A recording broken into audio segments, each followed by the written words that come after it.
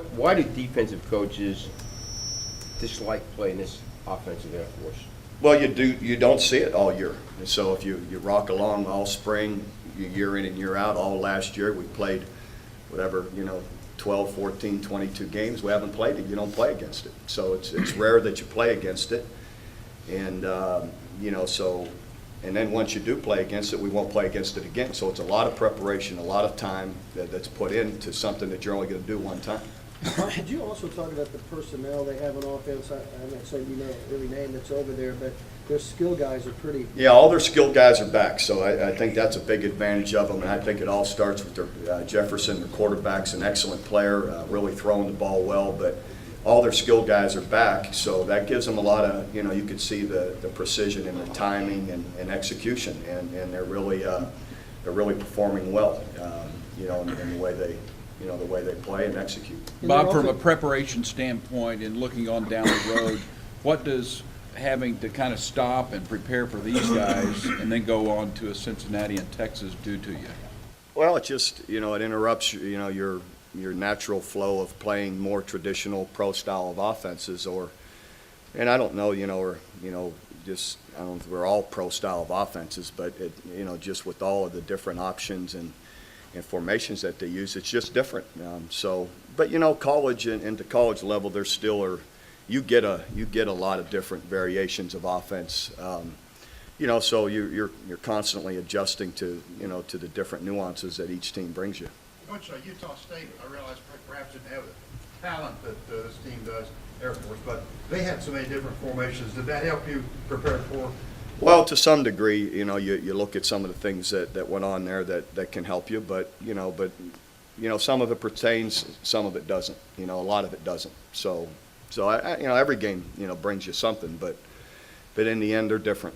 Is this offensive line, do they cut block and do some different? Sure. Yeah, they're scramble block, cut blocking, and they execute well. Well, sure, they'll come off on you too. It just depends on the play and whether you're backside, front side, how they're trying to block you. One, you guys expressed many of the same concerns that you're expressing today about the difficulty of preparation, and you played a really strong game against them. Was that in part, was that more because of how great that 0-1 defense was, which sometimes people forget how good that 0-1 defense was? When I go back and start pulling out the numbers of the guys and who they were, there's 2 Butkus Awards winners, there's Thorpe Award winners. My question is that because how great the 0-1 defense was, or is that because just that day and those guys, you did all the assignment things right and played? It's both. Those guys executed well, and when they're in position to make plays, made them. But to be in position to make plays against them, yes, you have to play it smart. You have to be disciplined in how you play your blocks, where your eyes are, who you're reading, and to bring you to the play and where you need to be. So it's definitely as much mental as it was those guys being good physical players too. Could you foresee the last 2 weeks during practice that what the results were going to be the first 2 games? Sure. I mean, it doesn't take much one way or the other to be a little off, or to hit it just right. That's not early in the season. I don't know that's that unusual. Again, we don't get preseason games, and again, it's like I felt too the week before where we had some guys in position to make plays. We've made those plays many times, so I got total confidence that when we'd be in position to make them again or the next week, we'd make them. So, I can't say that I would have been more alarmed had we not been in position, as much as we were. So, at least that's my feeling. You told us in past years that you've spent part of preseason training camp preparing for multiple opponents. Did that happen as well this year? And Yes, we took some extra time before the season game week to work on Air Force. As staff? Yes, and as offense or defense, and particular defense.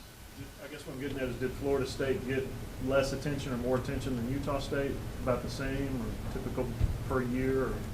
Just they get the same. Yeah. Bob, is the defense like a traditional option where your defensive end where he's fullback, quarterback, and pitch man? Is that how it works with Air Force? Defensive end, I'm not going to sit here and exactly how we want to play them, but sure. I mean, there's always different guys reading, reading different blocks and where they're assigned to. So it's pretty, it's traditional. Bob, did you comment on Trey Millard? He was here a few minutes ago, and I saw Trey was getting a bunch of attention over there. Fullbacks don't get that much attention, do they? it seems like he deserves it. He does. He's and you guys know, I know I've been bragging about him a lot. And the guy is just mature beyond his years and how he handles himself, mature beyond his years physically, everything. He's just a really powerful player and talented guy. You get a guy that has that kind of size to him, and he's got light feet, he's got great hands. So we're excited about Trey, and you guys know who have watched us in the different ways we try and run the football. We love guys like that and play them a lot. So, Trey's going to provide a lot of different options and give us some versatility as he continues to mature. You've had a lot of freshmen that have just come right out of the boat and started. You've had some, obviously. Tony Jefferson, has been thrown right in there.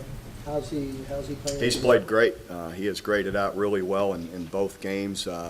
Tony also has been really good and disciplined for a young guy to really play smart, to understand positioning, to understand alignments, to recognize formations, what's coming to him, all of that. And he's played it really well so far. So it's been exciting to see. What did you notice? What stuck out to you about Tony in the recruiting process that made you want to go all the way to San Diego and go after that? Well, nice weather in San Diego. It's not bad going out there to recruit, but talent, a guy that makes plays. When you watch Tony in high school, both sides of the ball, he's making plays everywhere, and those kind of guys you can tell his knack for having good football knowledge and finding the ball and making plays, so those things all are things that you notice and see. Coach, a lot of people were down on Landry Jones after your first week. Bounces back, your Big 12 Offensive Player of the Week. Just comment about his week last week in Florida State. Well, Landry played special and played like we feel he's capable of, but I can't say that we're all that surprised. We've watched Landry a lot. He's got a great arm. He's talented. He's a hard-working guy that has good poise to him. So, like anybody, through a year you'll have some ups and downs, but he's a steady guy, and I think too you have to recognize that that guy needs supported. If he's not protected, it's going to be tough. If guys drop balls, he's not going to look good. The guys made some nice catches for him too, and blocked well, on the perimeter in a lot of cases. So, he was supported well, but he delivered too. This might be the flip side of that Jefferson question, but somebody like Ryan Broyles, who was offered late in the recruiting process, what could you not see about him, or any player? What can you not see that will then make them special? If I knew all of that, I'd be the recruiting guru of all gurus. You just can't. You don't know how a guy's going to change, develop, mature, grow. In the end, all guys, we make a bunch of mistakes, but so does everybody else, and we get lucky on some guys that you think, Sam Bradford, for you guys, how'd you guys not know he was a 5-star guy or a 6-star guy? You guys didn't know that. So anyway, I'm kidding, but in the end, guys develop differently, and there's a huge jump, just like from college to the NFL, in speed, strength, timing, intensity, when you come to this level, and it's demanding, and some kids handle it and thrive in it, and other guys, it's too much for them. So, is one way of saying it that there are intangibles that some players have that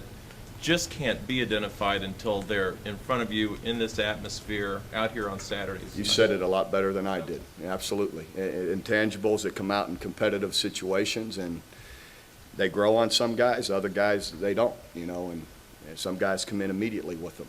So much focus has been on your defensive challenge, but you alluded to a while ago, Air Force defense has the turnover margin. Talk about some of the things they do defensively that Landry and those guys are going to face. Yeah, they're just they got an excellent secondary.